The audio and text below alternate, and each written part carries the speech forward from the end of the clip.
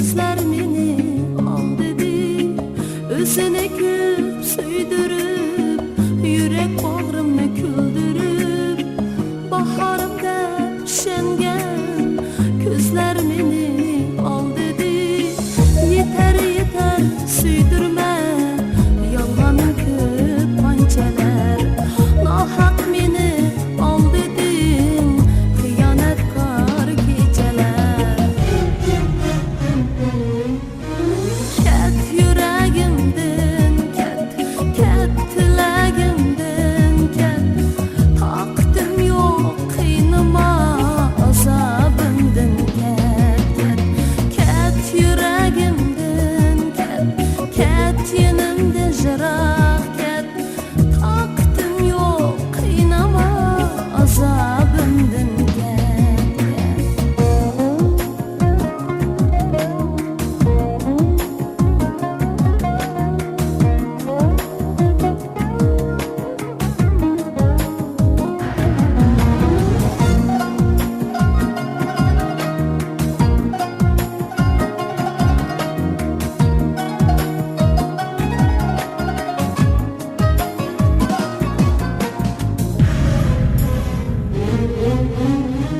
Yaram seni oylamay, ötmegen bir günüm yok. Vısalını sığınıp, kütmegen bir tünüm yok.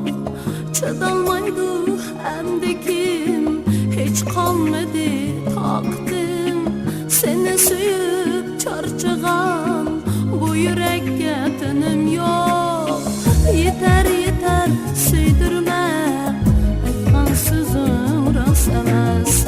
Nahak meni al dedin, etkan sözüm rast emas. Ket yüreğimden ket, ket yenimden jırak ket.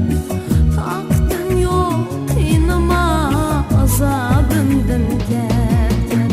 Ket yüreğimden ket, ket tilegimden ket. Taktım yok kıynıma, azabımdan ket ket.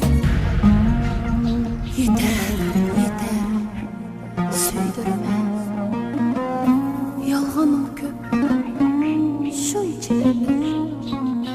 Nahak meni aldadan, hıyanetkar geceler.